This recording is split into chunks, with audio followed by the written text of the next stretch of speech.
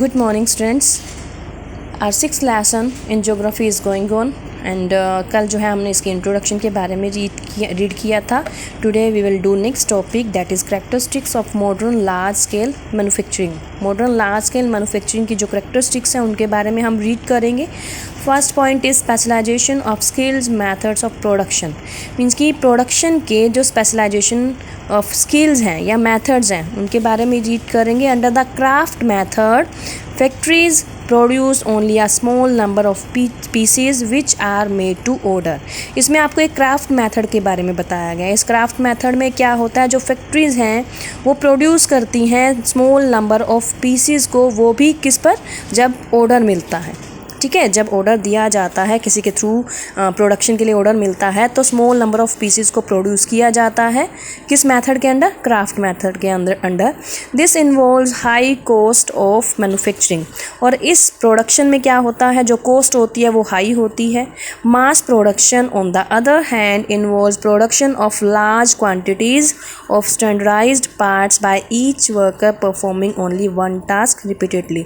अब mass production की हम बात कर रहे हैं. मास प्रोडक्शन में क्या होता है कि जो प्रोडक्शन है वो लार्ज स्केल पर किया जाता है. अब जैसे इसमें बोला गया लार्ज क्वांटिटीज़ में प्रोडक्शन किया जाता है और एक वर्कर के थ्रू एक ही वर्क को, टास्क को रिपीटेडली किया जाता है, जिसके थ्रू वर्क में स्पेशलाइजेशन आ जाता है.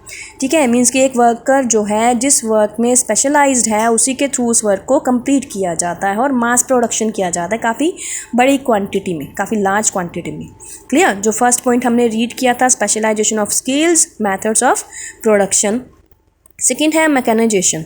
मैकेनाइजेशन में क्या है? Mechanisation involves making large scale use of machines in place of human hands to accomplish task of manufacturing goods.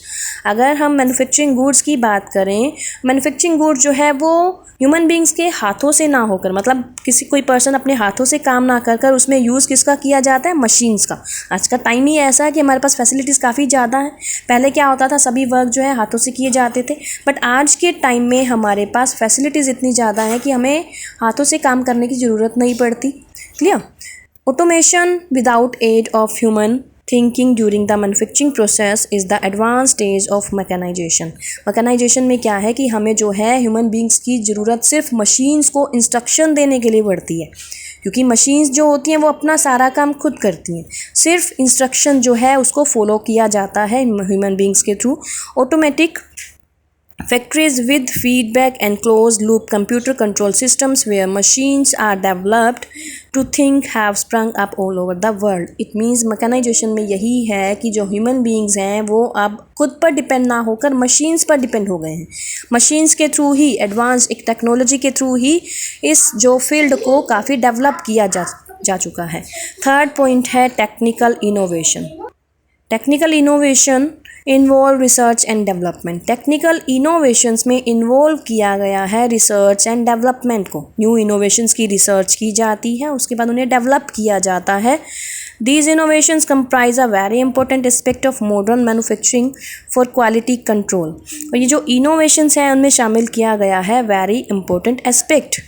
कौन से एस्पेक्ट को? Modern manufacturing for quality control. आज के टाइम में क्वालिटी कंट्रोल जो है इन इनोवेशंस के थ्रू जो है उन्हें कंट्रोल देखा जाता है.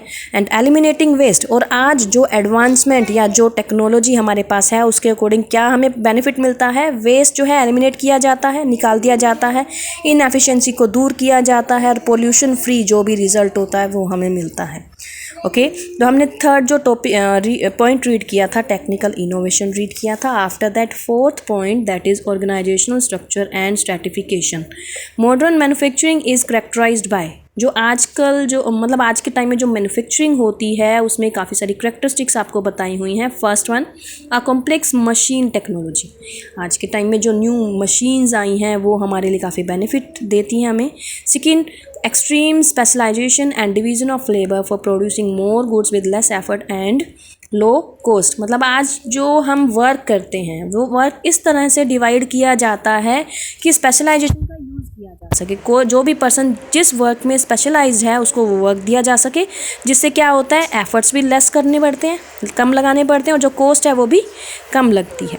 उसके बाद है वास्ट कैपिटल। कैपिटल का काफ़ी यूज़ अगर जब जितना हम करना चाहते हैं, जितना हम अपने बिजनेस में कैपिटल लगाना चाहते हैं उतनी लगा सकते हैं। लार्ज ऑर्गेनाइजेशंस, काफ़ी बड़े बड़े ऑर्गेनाइजेशंस का यूज़ किया जाता है। एग्जीक्यूटिव ब्यूरोक्रेसी, ये सब जो है इसकी मतलब करेक्टरिस्टिक्स हैं। फिफ्थ जो लास्ट पॉइंट है that is uneven geographic distribution. Uneven geographic distribution में हम रीड करेंगे, the most outstanding feature of modern industry is that it is very unevenly distributed over a globe. जो इसमें बोला गया है कि जो मॉडर्न इंडस्ट्री है वो उसका मेन फीचर क्या है कि ये अनइवन डिस्ट्रीब्यूट की गई है। In some selected areas there is over crowding of industries, while on other hand there are vast areas where there is practically no development of industries. मतलब कुछ एरियाज़ में इंडस्ट्रीज जो है ओवर क्राउडिंग है, काफ़ी ज़्यादा है, और कुछ एरियाज़ में कुछ बिल्कुल भी नहीं है, उनकी जो डेवलपमेंट है नहीं है। Only a few places have major concentration of modern industries. कुछ ही जगह पर जो कंसंट्रेशन मतलब ज़्यादा पार्ट जो है मॉडर्न इंडस्ट्रीज़ का वो आपको देखने को मिल जाएगा। Such areas cover less than 10% of the world's total land area. मतलब जो इंडस्ट्रीज़ वाला जो एरिया है वो वर्ल्ड्स टोटल लैंड एरिया का ओनली 10% है। Industrialised nations have become very strong both economically and politically. जो इंडस्ट्रियलाइज्ड नेशंस होते हैं वो स्ट्रॉन्ग हो जाते हैं दोनों एस्पेक्ट्स में, इकोनॉमिकली भी और पॉलिटिकली भी। However area covered by industries is much smaller as compare to that occupied by agriculture. जो एरिया कवर किया गया है किसके थ्रू, इंडस्ट्रीज़ के थ्रू, वो कंपैरेटिवली अगर देखा जाए तो काफ़ी छोटा है। किसके कंपैरेटिवली, एग्रीकल्चर जो एरिया यूज़ किया जाता है उसके कंपैरिजन में। This is due to greater intensity of process in industries than in agriculture.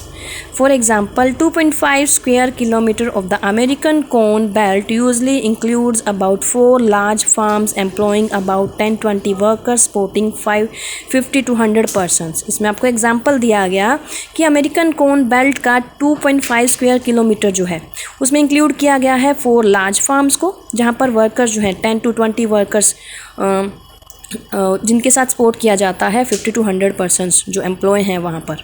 But this same area could contain several large integrated factories, और इन्हीं एरियाज़ में ही कुछ लार्ज इंटीग्रेटेड फैक्ट्रीज भी हैं एंड एम्प्लॉय 1000 ऑफ वर्कर्स, और जहाँ पर 1000 of workers जो है वो वर्क करते हैं। क्लियर, मीन्स इसमें आपको एग्रीकल्चर का भी बता दिया गया और फैक्ट्रीज़ का भी बता दिया गया।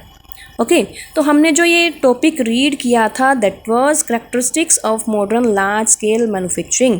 मॉडर्न लार्ज स्केल मैन्युफैक्चरिंग में क्या क्या आपको करेक्टरिस्टिक्स देखने को मिलेंगी, विशेषताएं देखने को मिलेंगी। जैसे कि हमने फर्स्ट पॉइंट रीड किया था specialisation of skills, methods of production, second mechanisation, third technical innovation, and fourth हमने रीड किया organisational structure and stratification.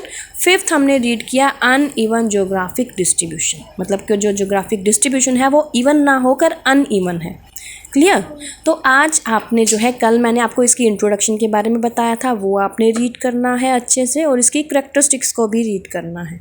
Okay, साथ साथ आपने इसके नोट्स भी बनाने हैं ताकि जो भी डाउट्स हैं आपकी रीडिंग में आते हैं वो आपके नोट्स बनाते टाइम आपके क्लियर हो जाए।